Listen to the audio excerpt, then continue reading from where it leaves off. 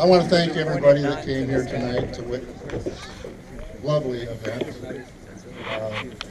Scott and Kendra, beautiful wedding. Rob, excellent job. As a father, it doesn't get any better than this. My family, it's beyond words for me. My happiness is beyond words. I'm just so proud, so proud. I did write a speech, so I hope everybody's got a drink and some patience. But I'm gonna read the speech for you all. I wrote things down because I didn't know if I could remember them in my head, but just be patient with me.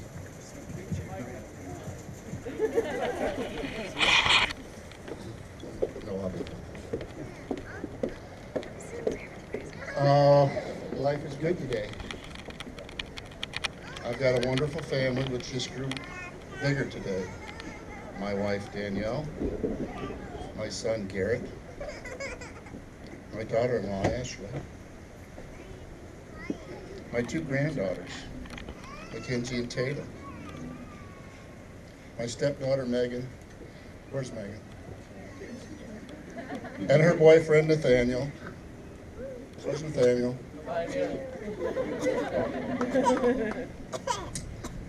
My daughter Kendra and my son-in-law Scott. Yeah.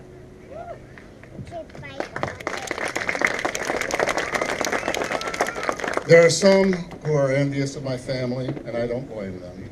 But our journey was not easy, and we would not have been here today without the help of friends and family. My life as a father started 31 years ago when Garrett was born. Beautiful baby boy, everything a dad could ask for. He was a typical boy, snakes and snails and puppy dog tails, and I could not have been happier. When I found out another baby was on the way, I thought, another boy? The first one was great, I'd take another one. How could you improve on perfect? But as we all know, Kendra came along. Beautiful little girl, blue eyes, brown hair. She was sugar and spice and everything nice. When she looked at me, I could see the love and trust she had in me. I was her dad, the most important man in the world to her. I knew from the start I could never let her down, or him. My job was to love, care for, and support them. That's what fathers do. But life's journeys have a way of throwing curveballs, and back then things were not perfect. Our situation changed, but my role in their life did not. We made adjustments and moved forward. I continued to work swing shifts, but my life still revolved around my children. Kendra assumed the role of house overseer. Imagine that. She made sure I did my duties as she informed me one day, "Dad, a child will die without food and water." We moved around a few times until we settled into a farmhouse in Elvira. Kendra and Garrett accepted more responsibilities in their lives. Kendra would make sure they would get on the bus every day when I was not there.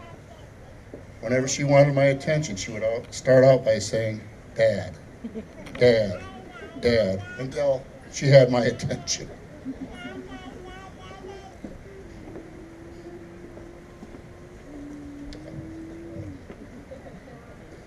Occasionally I would get a call at work when they were fighting. I would answer the phone to hear Kendra on the other line screaming, "Ah!"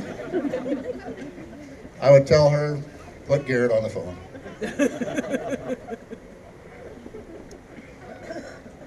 We continued to get by, but things were still good. Garrett did things boys do, and Kendra did things girls do.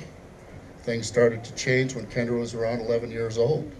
I came home one day to find her sitting on the floor between her washer and dryer with her head between her hands crying. I said, "Kendra, what's wrong?" She looked at me and she says, "I don't know." At that point, I knew things were going to get difficult.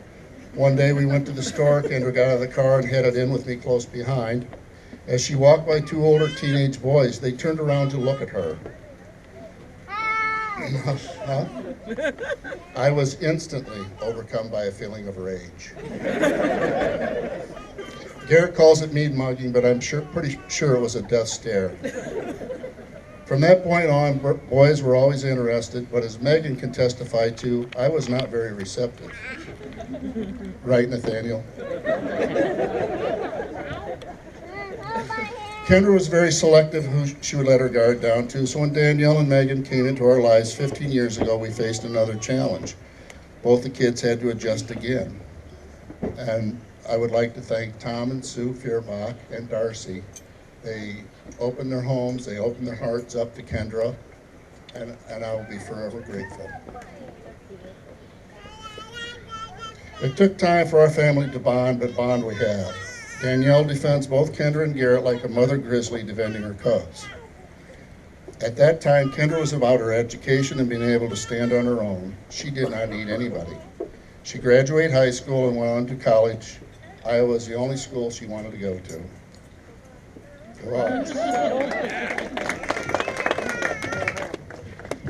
She worked the entire time while attending college. She graduated in 4 years. When Scott came into her life, Kendra and Melissa were roommates and best friends.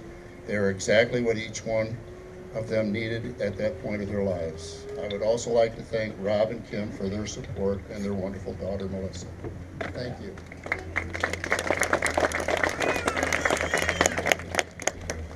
Kendra had brought Scott home a couple of times to meet us, which was special because she never felt strongly enough about anyone to bring them home. We knew there was something special about him. Okay, Daddy, why? And the more we got to know him, we felt the same way. He is a loving, caring, considerate human being, and I'm proud to call him my son-in-law. In fact, last week, talking to my mother, she informed me that she likes Scott almost as much as her own kids. I'd like to thank Joyce and Kevin for the wonderful job you've done raising Scott.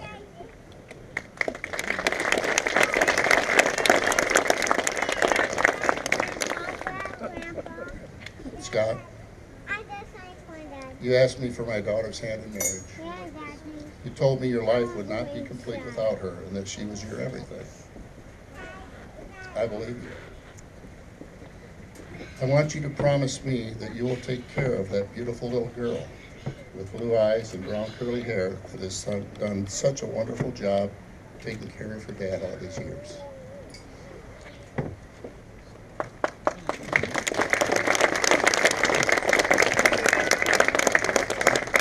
A toast to Scott and Kendra. As you set about your journey together, it may not be the smoothest. It may not be the exact route you planned, Scott. But it will be your journey and it will be special. Live it and enjoy every second of it.